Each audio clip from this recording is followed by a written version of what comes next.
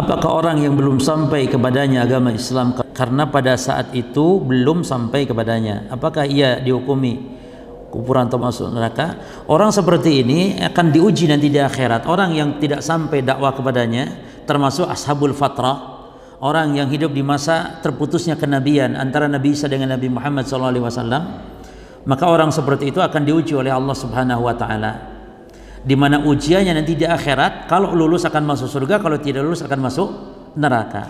Namun orang yang seperti itu termasuk orang-orang yang tidak akan langsung diponis, tapi akan mendapat ujian. Maka di akhirat nanti ada orang-orang yang akan mendapatkan ujian.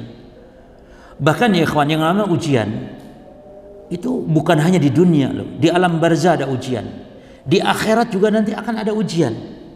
Maka tidak ada seorang hamba istirahat dari kepenatan hidup kecuali nanti kalau sudah menginjakan kakinya di mana? Di surga. Di alam barzah ada ujian, bahkan lebih berat. Di akhirat lebih berat lagi ujian-ujiannya. Namun orang yang beriman Allah mudahkan ujian-ujian dan rintangan tersebut. Ya, jadi orang seperti ini akan mendapatkan ujian, ya, namun tidak diponis langsung, tapi akan diuji nanti oleh Allah Subhanahu wa taala. Termasuk ibu bapaknya Nabi sallallahu alaihi wasallam. Kalau termasuk di antara orang yang hidup di zaman fatrah, tidak masalah. Di zaman fatrah namun akan diuji. Tapi tidak boleh memastikan masuk surga atau masuk neraka kalau hidup di zaman fatrah.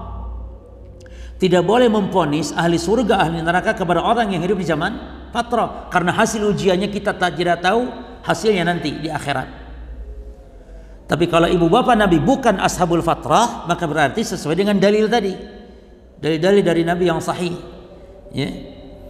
Taib. Anehnya mereka mengatakan ibu bapak Nabi ashabul fatrah, tapi langsung mengatakan masuk surga. Berarti bukan ashabul fatrah. Ashabul fatrah itu akan mendapat ujian sama dengan orang yang hidup di hutan belantara dengan kingkong, nggak masuk dakwah, maka itu akan diuji kelak di akhirat.